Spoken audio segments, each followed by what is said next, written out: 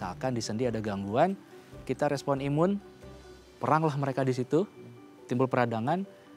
Kalau kelamaan, sendinya ikutan rusak. Kalau perang itu berlangsung terlalu lama ya. Idealnya suatu gangguan dalam tubuh kita akan diikuti dengan fase inflamasi atau peradangan. Kemudian kalau kita bisa redakan peradangan ini dengan cepat, maka grafik berikutnya adalah grafik recovery. Nah di situ makanya kita harus berusaha membuat rentang peradangan ini pendek. Jadi biasanya peradangan sendi yang sifatnya degeneratif itu lebih dini timbul pada perempuan. Terutama saat perempuan itu memasuki usia-usia pasca menopause.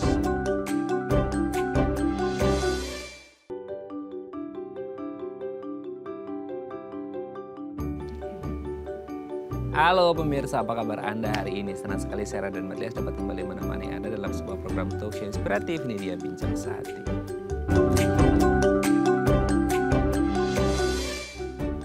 Pemirsa, pernah nggak sih Anda lagi jalan gitu ya, atau Anda lagi jogging deh gitu ya, kan niatnya buat sehat gitu ya.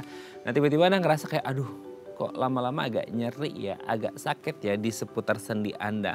Nah Anda harus berhati-hati, siapa tahu Anda mengalami radang sendi. Nah Anda juga harus mengenali nih ya gejalanya seperti apa, penyebabnya seperti apa. Kalau sudah kejadian, apa yang harus dilakukan. Karena banyak ya biasanya orang tuh nyari sendi atau radang sendi itu mereka langsung dikasih kayak yang panas-panas gitu ya, atau dipijet-pijet diurut-urut. Nah Anda harus berhati-hati karena salah langkah bisa jadi berabe nih urusannya. Makanya hari ini kita akan membahas kenali gejala radang sendi dan gimana cara mengatasinya. Tapi sebelum bahas itu, kita membahas terlebih dahulu beberapa mitos atau fakta seputar kesehatan sendi. Nah, untuk membahasnya telah hadir bersama kami di Studio Bincang Sehati ada Dr. SP David FRP Simorangkir SPOT, dokter spesialis ortopedi dan traumatologi dari Rumah Sakit Lira Medica Karawang. Selamat pagi Dr. David, apa kabar? Kabar baik. Sehat ya dok ya? Sehat. Bisa nyanyi dok? Saudaraan ya? Lain waktu. Lain waktu, oke. Dok, hari ini kita akan membahas seputar radang sendi.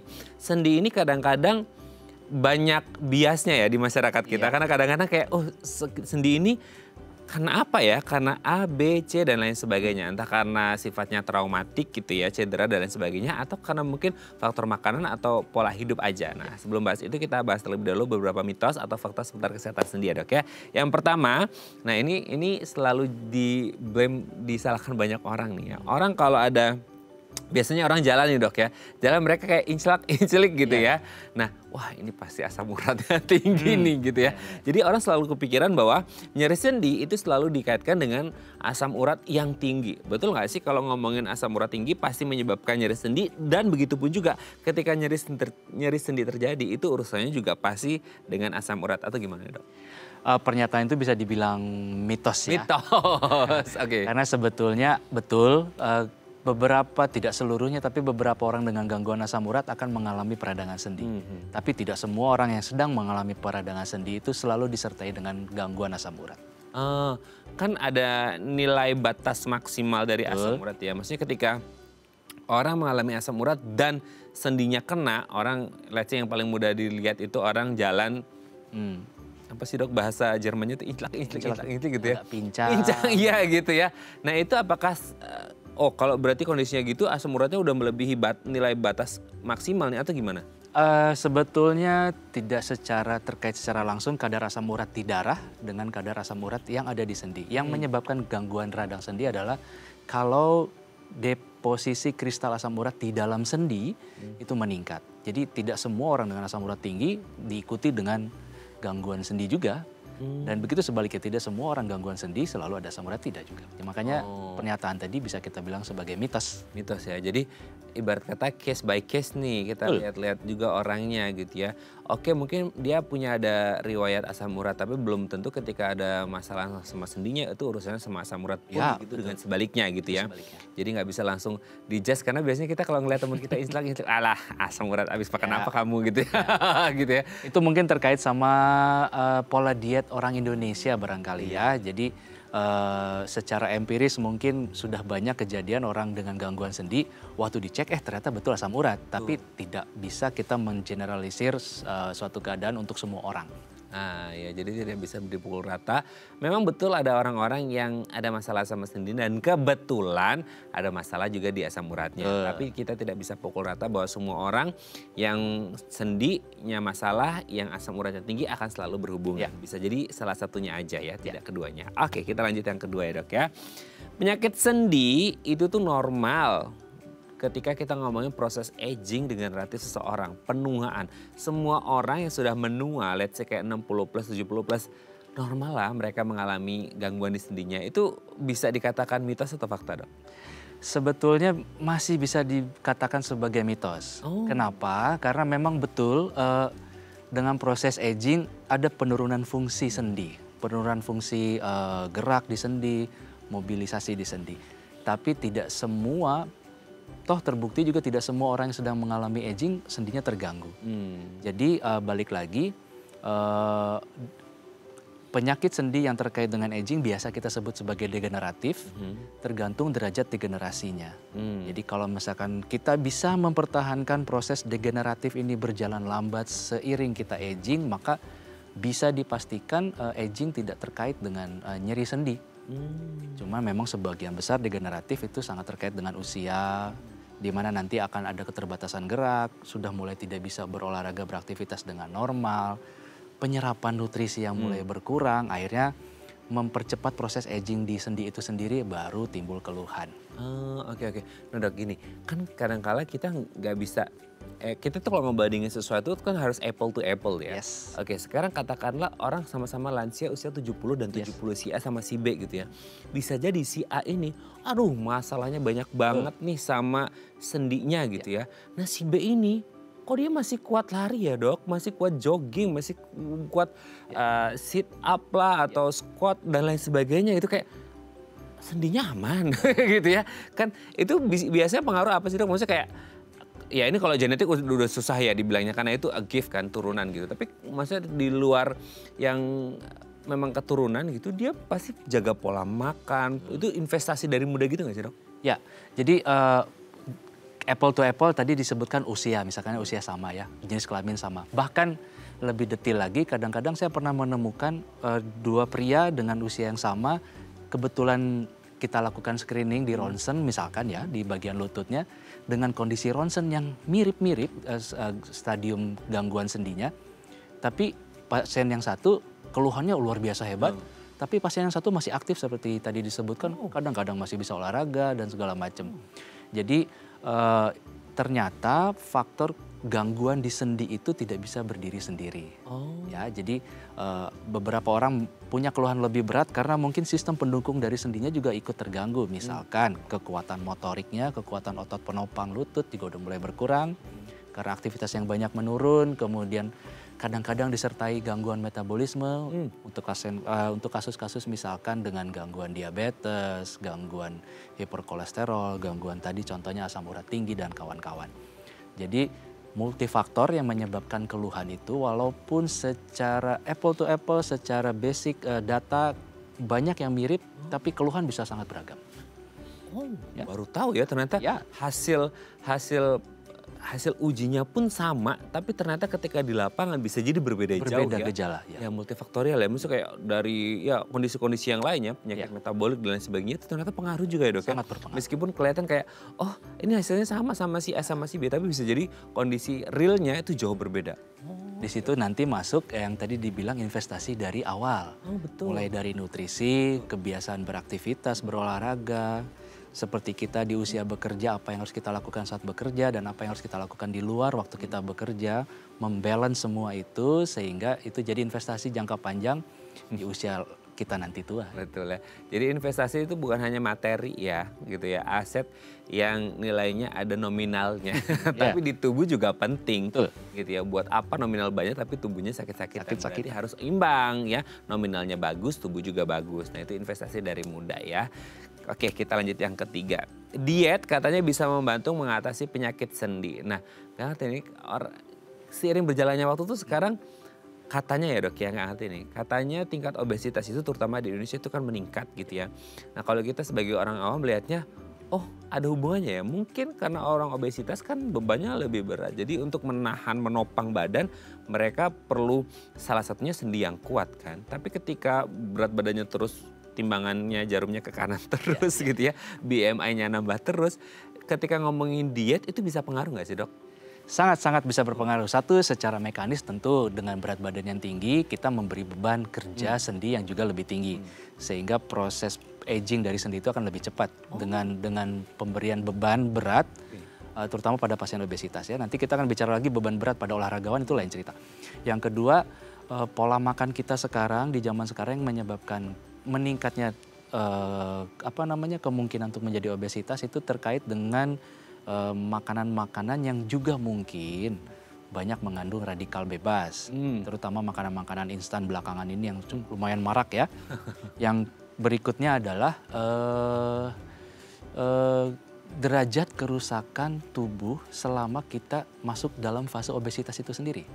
Jadi agingnya akan lebih cepat, degenerasinya lebih cepat, sehingga berat badan pasti akan berpengaruh langsung terhadap kesehatan sendi. Satu dari mekanis, dua dari radikal bebas, tiga dari percepatan aging itu sendiri. Gitu. Jadi kompleks banget ya, apalagi kalau orang ngomongin tadi makanan-makanan kan sekarang banyak yang ya let's say ya quote unquote junk food gitu ya, yang akhirnya ya di mulut sih enak ya gitu ya, dari looks-nya udah bagus karena sebelum dimakan kan diposting dulu gitu ya. Terus kemudian nah nggak hanya masalah makan itu kan nggak hanya di mulut aja ya dok ya, maksudnya efek dari makanan yang kita konsumsi juga harus bagus buat kesehatan tubuh kita terutama untuk sendi. Nah kalau makanannya nggak bagus terus muncullah overweight obesitas, nah bisa pengaruhnya ke sendi juga ya, makanya harus dijaga semuanya ya supaya sendi kita nggak keberatan ya. Karena ternyata nggak hanya menopang beban yang berat itu, tapi proses agingnya jadi lebih cepat. Baru tahu loh. Waduh, oke, jadi harus berhati-hati ya. Kita lanjut yang keempat dok. Semakin banyak sendi digunakan katanya semakin sakit. Nah nggak ngerti nih kayak kita tuh gini dok.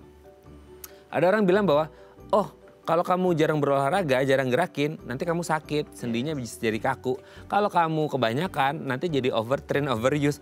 Ini teh kumaha jadinya, harusnya gimana? Maksudnya semakin banyak digunakan semakin sakit atau gimana sih dok? Keduanya betul. Jadi yang kunci paling penting adalah proporsional ya. Jadi misalkan saya seorang olahragawan pemula, ya jangan disamakan porsi olahraganya dengan olahragawan yang tingkat trainingnya lebih tinggi. Jadi tidak bergerak atau kurang bergerak tentunya akan sangat mempengaruhi kekuatan otot, kekuatan sendi, dan struktur penopang di sekitar sendi. Begitu juga dengan banyak diem, otomatis sirkulasi darah dan sistem tubuh kita yang lain itu akan melambat juga toh. Nah, dengan proses perlambatan itu maka nutrisi yang akan diharapkan nyampe ke dalam sendi itu akan berkurang. Lain ceritanya kalau kita rutin berolahraga, hal tadi dibalik semua. Otot aktif, sirkulasi darah baik, nutrisi ke sendi juga baik, maka sendi akan lebih optimal dalam dia melakukan tugasnya. Yang kedua, tubuh kita memang sudah didesain, terutama sendi itu sudah didesain untuk bisa melakukan movement yang banyak sebetulnya. Nah, kenapa dilakukan movement yang banyak itu lebih bagus? Karena contoh, dalam sendi kita punya cairan sendi. Cairan sendi ini baru aktif produksinya kalau ada rangsangan gerak. Oh, otomatis ya dia? Yes, kalau ada rangsangan gerak. Tanpa ada rangsangan gerak, maka produksi tetap berjalan, cuman dia sedikit melambat. Masuk ke fase idle-nya. Nah, jadi kalau kita exercise banyak, selama masih dalam proporsi kita, kemampuan tubuh kita, maka itu akan malah memperkuat dan mempersehat sendi. Kalau sudah melebihi itu maka timbullah tadi overtraining, overuse, di mana kadang-kadang ototnya jadi nyeri. Karena otot nyeri, dia menahan gerakan otot sehingga lututnya, contoh lutut nih, lututnya ikut menahan nyeri juga sehingga terasa seperti suatu sendi lutut ini terganggu semua gitu. Itu sih sebetulnya. Oke. Dok, untuk orang-orang awam nih ya, yang FOMO. Ya, FOMO betul. Jadi gini, kan beda ya, kita ngebedain olahraga sebagai rekreasi, olahraga prestasi beda ya. Kita nggak bisa membandingkan diri kita dengan atlet profesional yang udah tingkatnya dunia gitu ya. Jangan langsung ujuk-ujuk langsung olahraga prestasi gitu ya. Karena kan ya kadang-kadang FOMO orang pingin sehat gitu ya. Kan buat nampil di media sosial akhirnya malah cedera kan ujung-ujungnya. Nah untuk mengetahui kayak, oh di titik ini sendi kita mampu menopang, mampu kapasitasnya itu tubuh kita bisa kasih respon gitu, sebelum akhirnya cedera ya. Kalau cedera kan udah pasti udah fatal gitu. Bisa nggak sih kayak kayak udah ini, udah nggak sanggup lagi gitu? Tubuh kita punya banyak sistem alarm ya.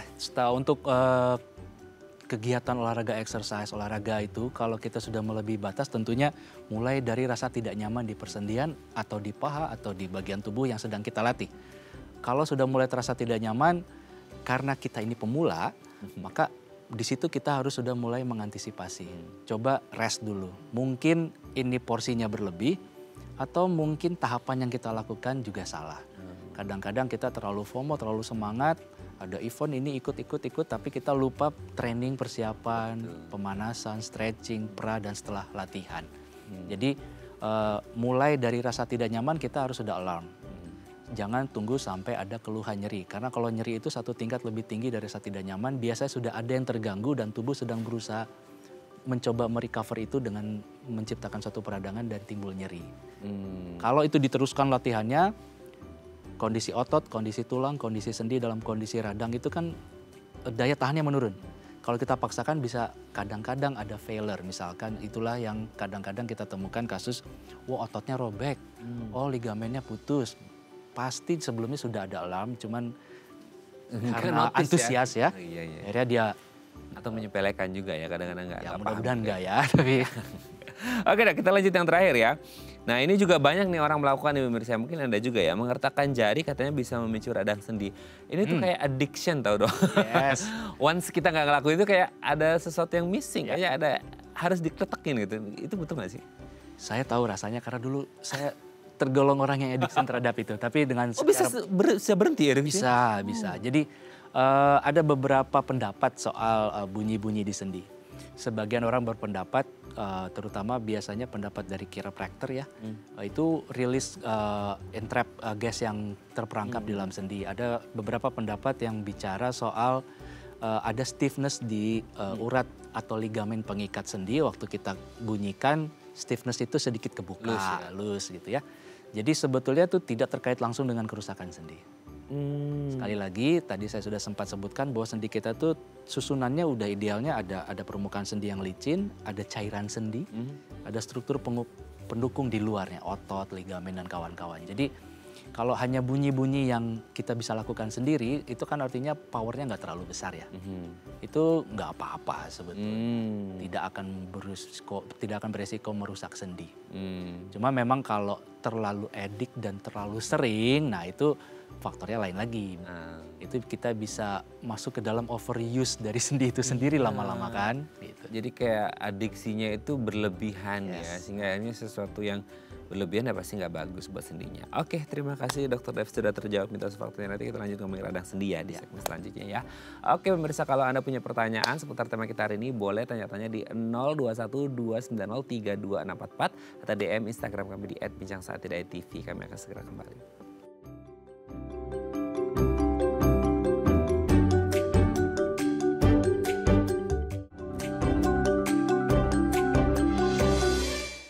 Baik, Anda masih bersama kami di Bincang Sate dan kita masih membahas tema kita hari ini, kenali gejala radang sendi. Kalau Anda punya pertanyaan seputar tema kita hari ini, boleh tanya-tanya di 0212903244 atau DM Instagram kami di @bincangsaat.tv. Kita masih bersama dengan Dr. SP David FRP Simorangkir, SPOT, dokter spesialis ortopedi dan traumatologi dari Rumah Sakit Lira Medika Karawang. Oke dok, radang sendi ini kan satu kondisi yang kayaknya gak tahu ya, orang tuh intinya sakit di sendi gitu ya, nggak ngerti itu urusannya sama radang sendi kayak atau apa, pokoknya masalahnya di sendi lah gitu ya. Nah radang sendi ini sebenarnya kondisi yang seperti apa sih? Apakah hanya sebatas kayak linu-linu nyeri-nyeri atau lebih dari itu? Atau by definition dia gimana tuh dok? Kalau kita bicara by definition, peradangan sendi itu adalah suatu kondisi di mana sendi itu sedang mengalami penurunan fungsi yang ditandai dengan kadang nyeri bisa tajam kayak perih, ngilu, atau cuman kerasa pegel aja. Kadang-kadang juga bisa disertai dengan suhu yang relatif lebih hangat di area sendinya. Kemudian bisa juga disertai dengan pembengkakan. Jadi sebetulnya peradangan sendi itu suatu spektrum yang masih luas. Semua gangguan di sendi pasti ada faktor peradangan sendinya, kecil atau besar. Oke, Dok, biasanya kalau kita ngomong radang ya, ini kalau di organ yang lain ya, di organ yang lain tuh orang mungkin karena infeksi dan lain sebagainya sehingga terjadi peradangan gitu ya.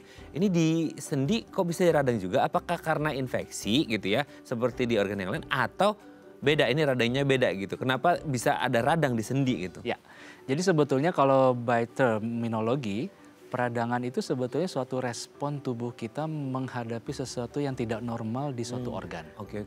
Kalau dia merespon ada yang tidak normal di lutut, misalkan tubuh kita akan mengirim sel-sel, agen-agen, sitokin dan kawan-kawan untuk mengkontain, menjaga gangguan itu jangan sampai kemana-mana dengan membentuk peradangan. Basicnya itu seperti itu. Jadi apapun yang tidak semestinya ada di sendi, misalkan ada infeksi masuk ke dalam sendi maka akan timbul peradangan. Misalkan ada cedera berlebihan terhadap sendi maka akan timbul peradangan. Atau misalkan amit-amit ada keganasan yang kebetulan menyebar dan masuk atau tumbuh di dalam sendi, itu juga pada tahap awal akan menciptakan suatu peradangan. Gitu. Jadi peradangan masih sangat luas, tapi gejalanya sama semua. Ada panas, ada nyeri, ada bengkak, ada penurunan fungsi. Oke. Berarti sebenarnya ketika terjadi peradangan itu ibarat kata itu tubuh lagi ngelawan gitu kali ya, Dok? Betul, itu proses perlawanan kita secara alami ya. Hanya saja yang bagus itu peradangan jangan lama-lama. Karena kalau peradangan lama-lama selain daya imun kita menyerang hal yang tidak normal tadi, kadang-kadang dia akan merusak lingkungan tempat mereka berperang itu. Misalkan di sendi ada gangguan, kita respon imun, peranglah mereka di situ, timbul peradangan. Kalau kelamaan, sendinya ikutan rusak. Kalau perang itu berlangsung terlalu lama ya, proses perlawanan itu berlangsung terlalu lama. Jadi kita berharap peradangan tetap bagian dari normal sistem, tapi jangan terlalu lama. Nah, gitu. Terlalu lamanya ini yang nanti jadi harus kita bahas. Oke. Sebelum kita ngomongin terlalu lama, itu tuh kan tadi ada beberapa gejala klinis yang dirasakan ya. Ada nyeri lah, ada bengkak lah dan lain sebagainya. Nah itu bisa terjadi semua itu pada satu orang atau bisa jadi satu orang itu hanya 1, 2 aja atau gimana? Kenapa akhirnya munculnya beda-beda? Siapa tahu ini bengkak, siapa tahu ini nyeri gitu itu gimana, Dok? Ya, jadi kalau respon klinis memang variatif ya. Tergantung fisik si penderita, kemudian daya imun dia bagaimana, kebiasaan aktivitinya dia seperti apa. Jadi kalau bisa satu atau lebih dari satu gejala tadi timbul secara bersamaan. Dan kalau memang penyebabnya misalkan tidak lokal, bukan cedera, bukan gangguan ini. Kadang-kadang nih, kayak tadi sempat kita bahas adalah asam urat, diabetes, yang sistemnya sistemik. Itu kan sistem mengikuti darah ya. Kadang-kadang bisa mengenai cuma satu sendi atau beberapa sendi dalam satu waktu juga bisa. Oh, ya bisa. Berarti ibarat kata tubuh lagi mengenali ada di beberapa titik ini ada sesuatu yang gak beres nih gitu ya. Makanya tubuh mencoba melawan. Nah percobaan perlawanan itu yang jadi pertanyaan berikutnya ya. Berapa lamanya itu?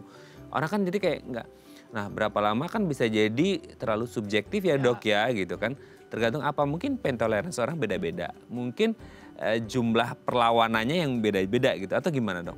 Ya jadi idealnya suatu gangguan dalam tubuh kita akan diikuti dengan fase inflamasi atau peradangan. Kemudian kalau kita bisa redakan peradangan ini dengan cepat, maka grafik berikutnya adalah grafik recovery. Nah di situ makanya kita harus berusaha membuat rentang peradangan ini pendek. Caranya bagaimana? Dengan obat-obatan tadi. Kalau misalkan kita konsultasi ke dokter, maka akan diberikan obat-obatan yang tujuannya adalah memperpendek si proses inflamasi ini. Supaya cepat segera masuk ke proses recovery gitu. Itu dia fungsi obat. Oke Dok, nanti kita lanjut lagi ya. Ini menarik banget, kayaknya banyak orang yang mengalami radang sendi ya Dok ya. Dan mungkin ada yang salah langkah Dok, nanti kita bahas di segmen selanjutnya ya. Oke pemirsa, kalau Anda masih punya pertanyaan seputar tema kita hari ini boleh tanya-tanya di 021 290 3244 atau DM Instagram kami di @bincangsaatidai.tv. Kami akan segera kembali.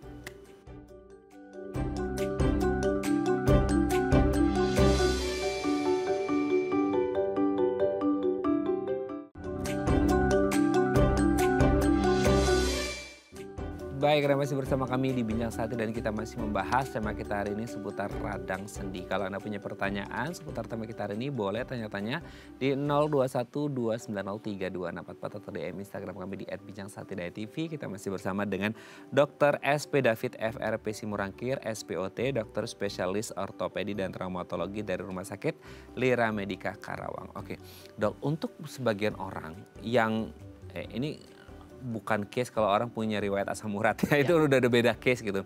Tapi kalau untuk orang-orang yang secara umum nih ya, yang akhirnya mengalami radang sendi karena kegiatan tertentu. Ada nggak sih orang-orang yang mengalami radang sendi itu karena kegiatan tertentu yang mungkin salah tekniknya, salah geraknya, mobilitasnya sehingga akhirnya mereka bisa mengalami radang sendi. Let's say orang-orang yang mungkin pekerjaannya berat ya dok ya, entah angkat berat lah apa segala macam, atau mungkin weightlifter juga kali ya gitu ya.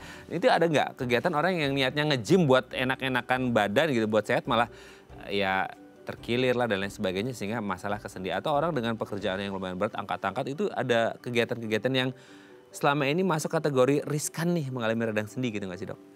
Ya, tentunya untuk kegiatan-kegiatan yang masuk kategori berat tapi pada orang yang belum terlatih untuk kategori berat.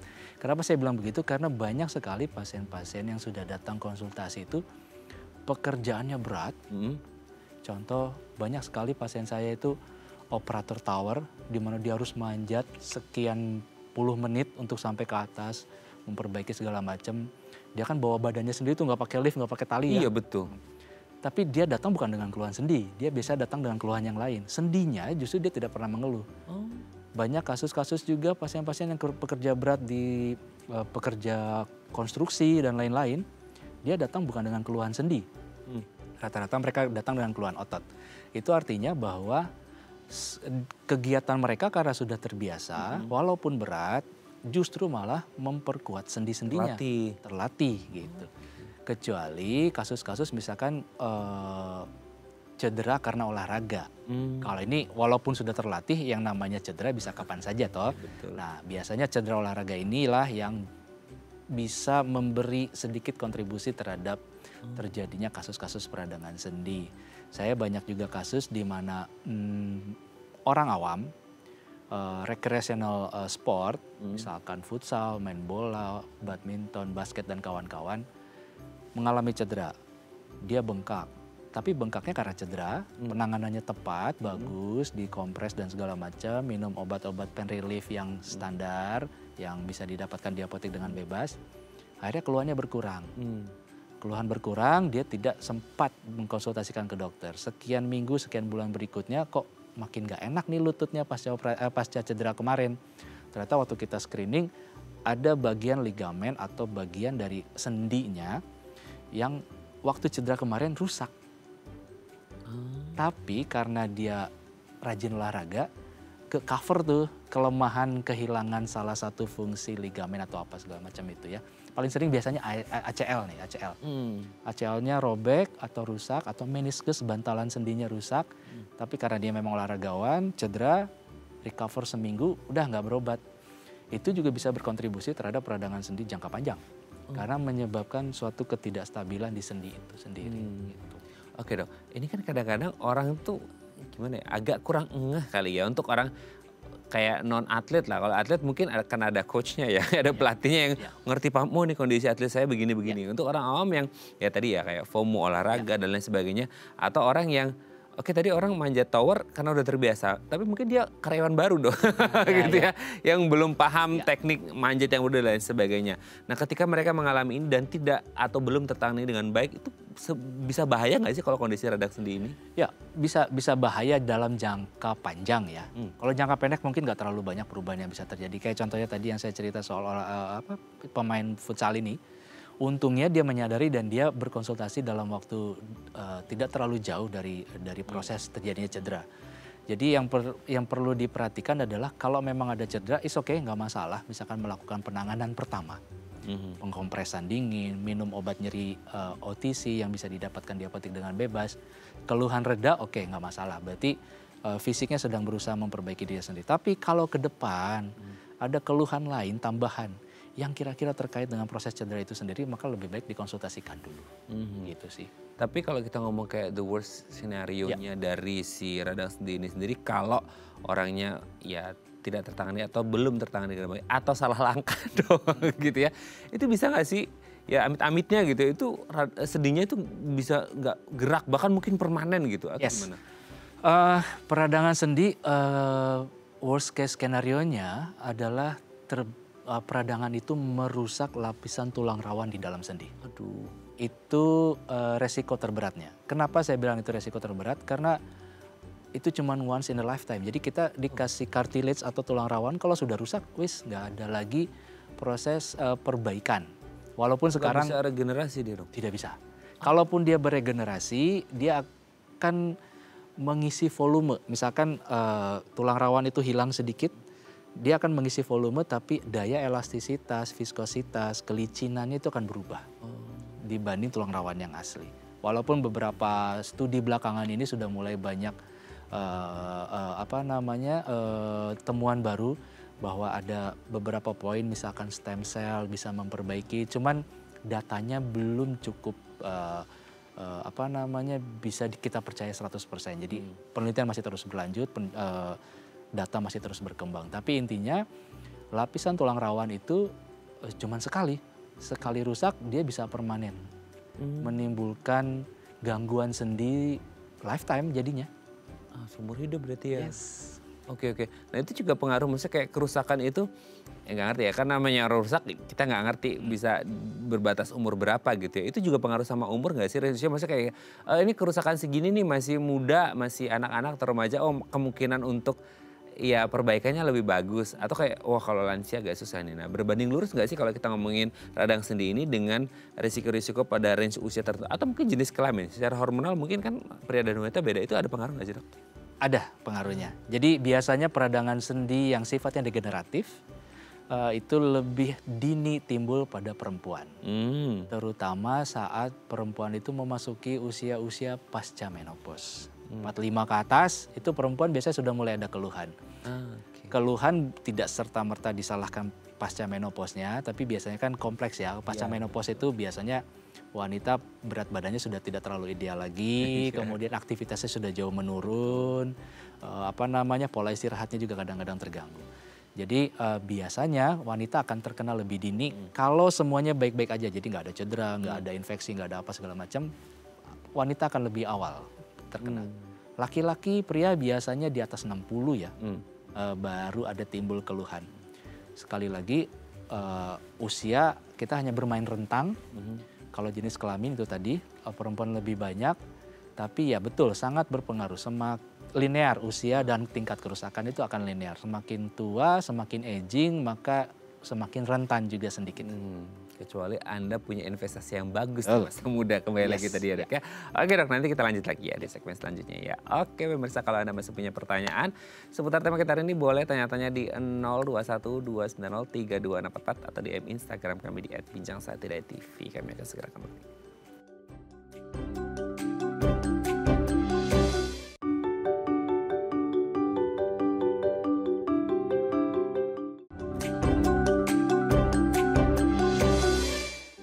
Baik, Anda masih bersama kami di Bincang Satir dan kita masih membahas tema kita hari ini seputar kenali gejala radang sendi. Kalau Anda punya pertanyaan seputar tema kita hari ini, boleh tanya-tanya di 0212903244 atau di Instagram kami di @bincangsatir.tv. Kita masih bersama dengan Dr. SP David FRP Simorangkir SPOT, dokter spesialis ortopedi dan traumatologi dari Rumah Sakit Lira Medika Karawang.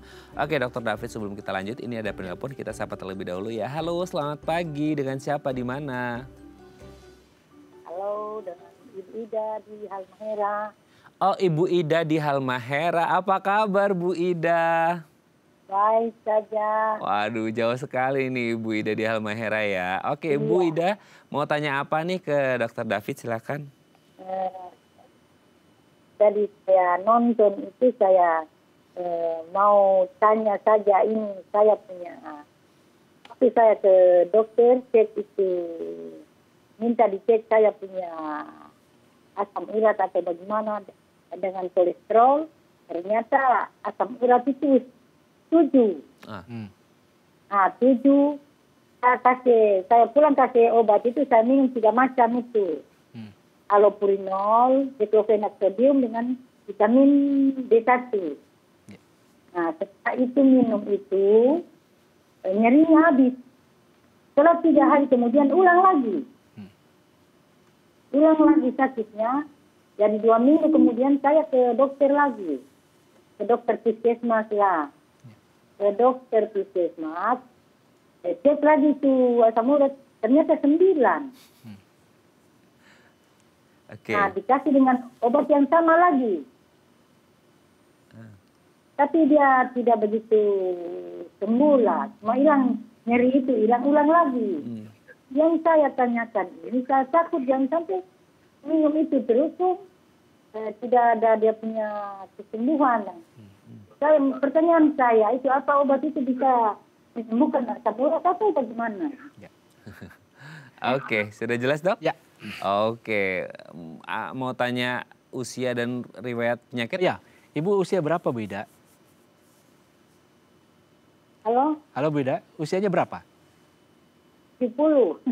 Oh, 70. Wah, suaranya masih muda banget loh kirain ya. Oke, Baiklah. terima Iya, kasih.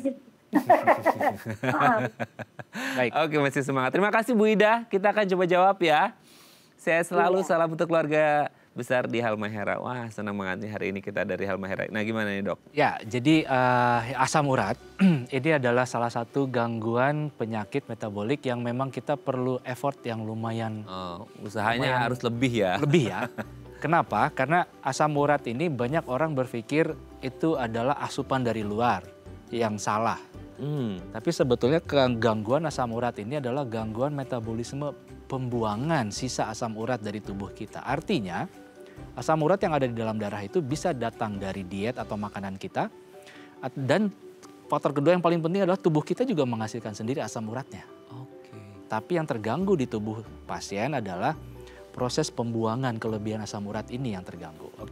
Jadi basicnya adalah selain datang dari luar, dia datang dari dalam juga.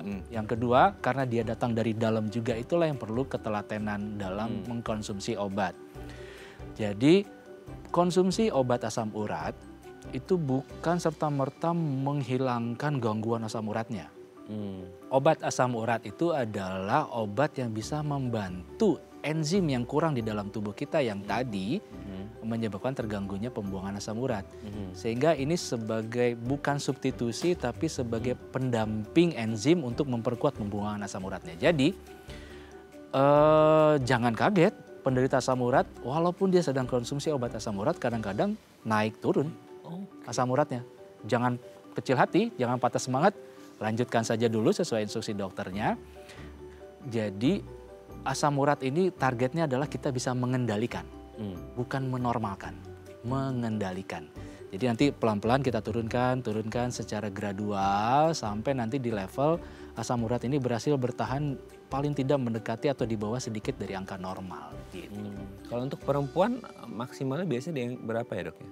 Perempuan itu 6,5 kadar asam urat batas atas normal ya. Atasnya. Kalau laki-laki bisa boleh sampai 7,5 batas atasnya. Jadi biasanya kalau sudah ada seperti Ibu Ida tadi ada gangguan sendi, kita usahain 1 angka di bawah batas maksimal kadar asam urat darahnya supaya keluhan sendinya membaik. Dan obat yang sudah dikonsumsi memang sebetulnya sudah tepat ya. Cuman kalau kita bicara keluhan nyeri jangka panjang pasti ada sedikit-sedikit. Tapi kalau obat asam urat diminum secara teratur, keluhan itu juga akan gradual berkurang skala nyerinya. Jadi karena usia sudah 70, harus juga sudah mulai diperhatikan konsumsi obat-obat anti nyerinya. Takutnya obat anti nyeri itu juga mengganggu organ lain. Biasanya di usia 70 wanita yang sensitif adalah lambungnya. Itu hati-hati juga. Hati-hati juga ya. Nah kalau untuk Bu Ida ini makanan gimana dok? Perlu dijaga nggak? Oh ya jelas. Karena tadi 2 faktor dari luar dan dalam. Paling tidak yang dari luar yang bisa kita kendalikan, nah itu yang harus kita kendalikan makanan-makanannya. Karena kalau dalam agak susah gitu ya. Oke, semoga ini bisa menjawab pertanyaan Bu Ida yang ada di Halmahera. Tetap lanjutkan konsumsi obatnya karena bisa jadi dia up and down ya, naik turun. Tapi kita akan mencoba menormalkan itu gitu ya. Semangat terus Bu Ida, salam untuk keluarga besar di Halmahera ya. Oke, kita lanjut lagi. Nah kalau untuk orang dengan kondisi radang sendi ya, entah karena asam urat dan lain sebagainya gitu, itu pengobatannya disesuaikan dengan penyebabnya kah atau gimana dok? Ya, ya. Sangat-sangat disesuaikan dengan penyebabnya. Jadi zaman sekarang selain degeneratif pada usia lanjut usia, jangan kaget juga kalau ada anak muda atau bahkan anak-anak yang sudah mulai menderita gangguan sendi. Oh, anak-anak dok? Ya, karena belakangan ini angka autoimun di Indonesia sudah mulai naik.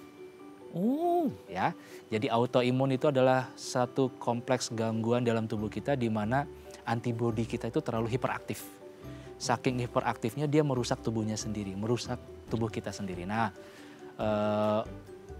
gangguan radang sendi yang sangat terkait dengan autoimun adalah rheumatoid arthritis.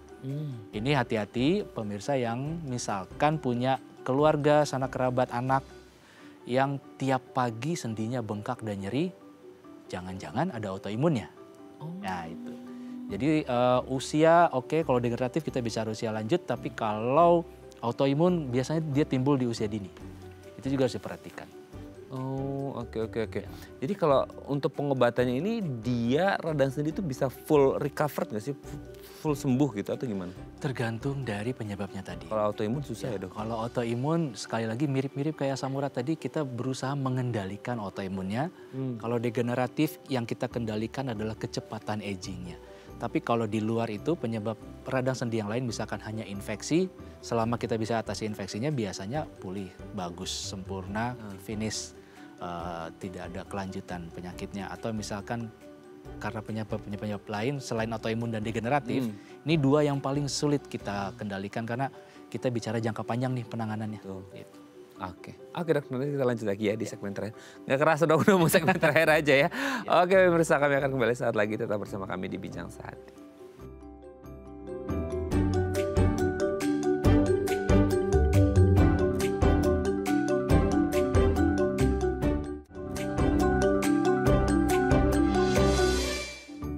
Baik, karena masih bersama kami di Bincang Sehati dan kita masih membahas sama kita hari ini seputar radang sendi. Kita masih bersama dengan Dr. SP David FRP Simurangkir SPOT, dokter spesialis ortopedi dan traumatologi dari Rumah Sakit Lira Medica Karawang. Oke dok, kalau kita ngomongin tadi ya pengobatan gitu ya, orang tuh kadang tuh agak kurang sabar gitu dok ya.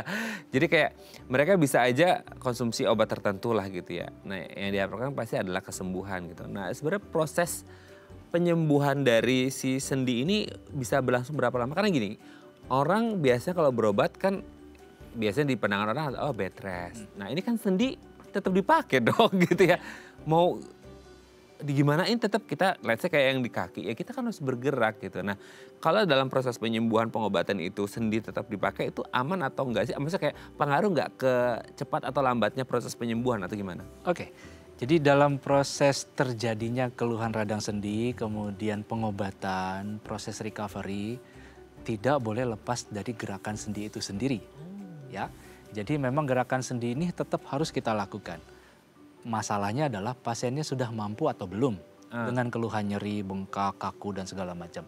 Maka itu biasanya keluhan-keluhan di area sendi untuk pasien-pasien yang belum mampu menggerakkan secara mandiri atau masih sangat terbatas gerakannya, maka kita akan sarankan untuk juga dilakukan atau di-assist dengan program fisioterapi, rehabilitasi medik untuk tetap mempertahankan atau malah sampai memperbaiki rentang gerak sendinya.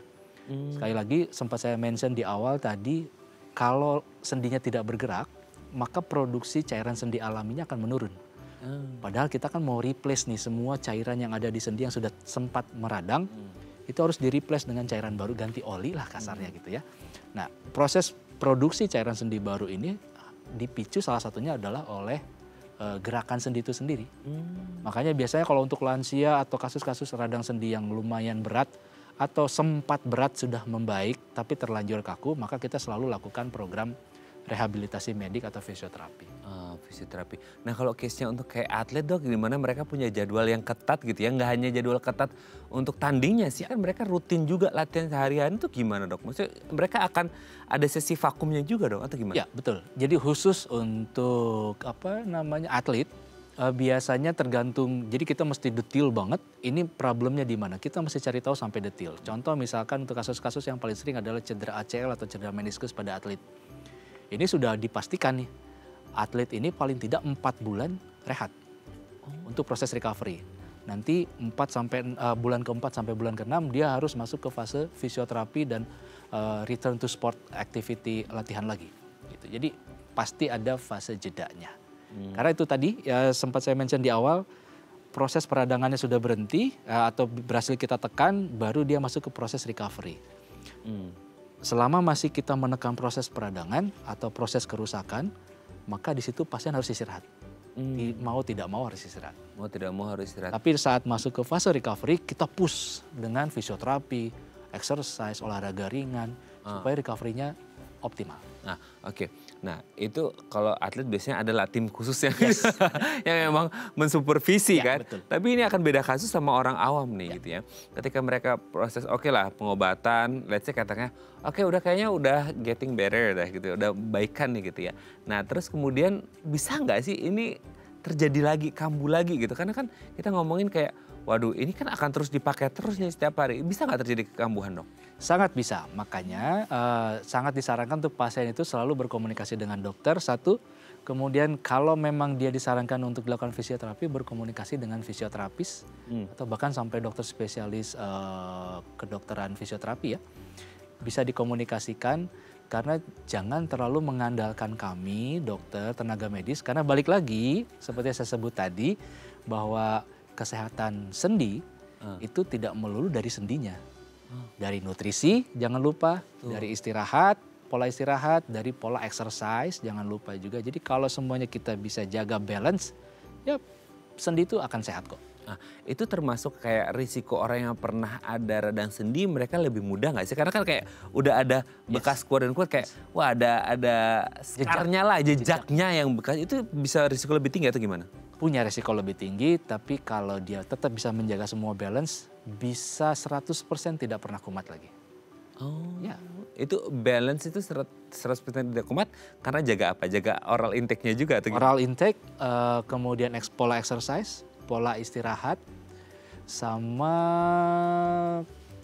kesehatan mental ya. Itu juga jangan lupa, karena Dok. ya kadang-kadang gini, kita kelelahan sedikit karena punya riwayat trauma. Radang sendi dianggap yang kali ini wah kayaknya kumat, jadi sugestinya terlalu kuat ke arah sana. Oh ternyata pengaruh juga ya, jadi juga kita terlalu overthinking juga bagus ya. Jangan. Karena jadi wah iya juga kayak sekarang apalagi kayak mungkin ini berkaca dari kasus COVID kemarin, Dok. Jadi kayak sedikit-sedikit aduh langsung googling, dokternya dokter Google ya. Itu kayak wah akhirnya self diagnose bahwa ini sakit itu, malah akhirnya tambah buruk kondisinya gara-gara mental health-nya ada blok di situ. Oke, terima kasih Dokter David, hari ini kita belajar banyak. Semoga yang mengalami radang sendi bisa langsung segera ke dokter lah ya, bisa nanti ke Dokter David. Terima kasih Dok, saya selalu salam untuk keluarga di rumah dan teman-teman di Lira Medica Karawang. Selamat pagi. Oke pemirsa, itu tadi perbincangan kita dengan Dokter David, semoga bermanfaat ya. Dan jangan lupa untuk terus menyaksikan konten-konten inspiratif kami di platform The iPlus. Saya Raden Madlia Samit, sampai jumpa dan selamat kembali beraktivitas di hari Rabu yang indah ini. Sampai jumpa dan tetap jaga kesehatan sendi Anda.